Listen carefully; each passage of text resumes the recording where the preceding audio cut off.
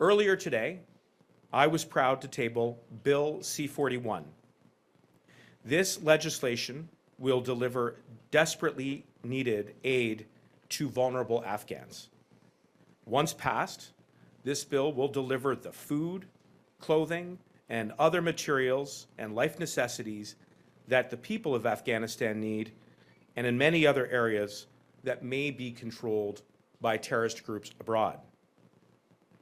To achieve these goals, Bill C-41 will make a number of important changes to Canada's criminal code. It will create a legal pathway for us to work with partners, including NGOs like Canadian Red Cross and others here, so that they can deliver humanitarian and other aid in partnership with the federal government. This bill meets the urgency of the moment, creating a streamlined process, giving NGOs like the Canadian Red Cross the flexibility that they need to help those in need in Afghanistan. Canada has some of the strongest anti-terror laws in the world, and I want to be clear that stringent measures to prevent any financing from reaching terrorist groups like the Taliban will remain in place. But we will not let these laws stand in the way of doing the right thing.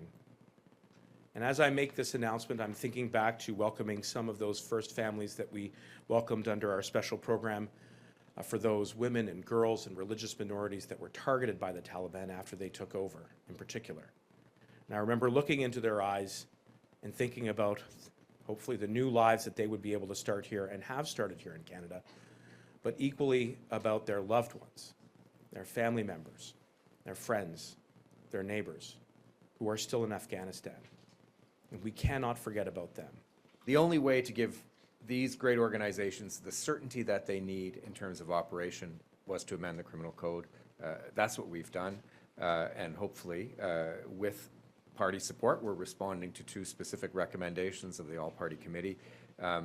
We will be able to move this through the House quickly, and once that happens, we hope that the administrative procedure itself will be one that's efficient and effective, given the urgency of the situation that we're dealing with. So what the anti-terrorism regime stays in place, but what we now allow is for a group in this room to apply to the Minister of Public Safety, to describe the kinds of activities they want to participate in, and so within the scope of those activities, they will be shielded from liability under the criminal code. So it's as flexible as the groups in this room need it to be, and it allows us the flexibility again to allow them to do their good work, but still allows us to maintain the very stringent anti-terrorism measures that we want to keep in place for everyone else.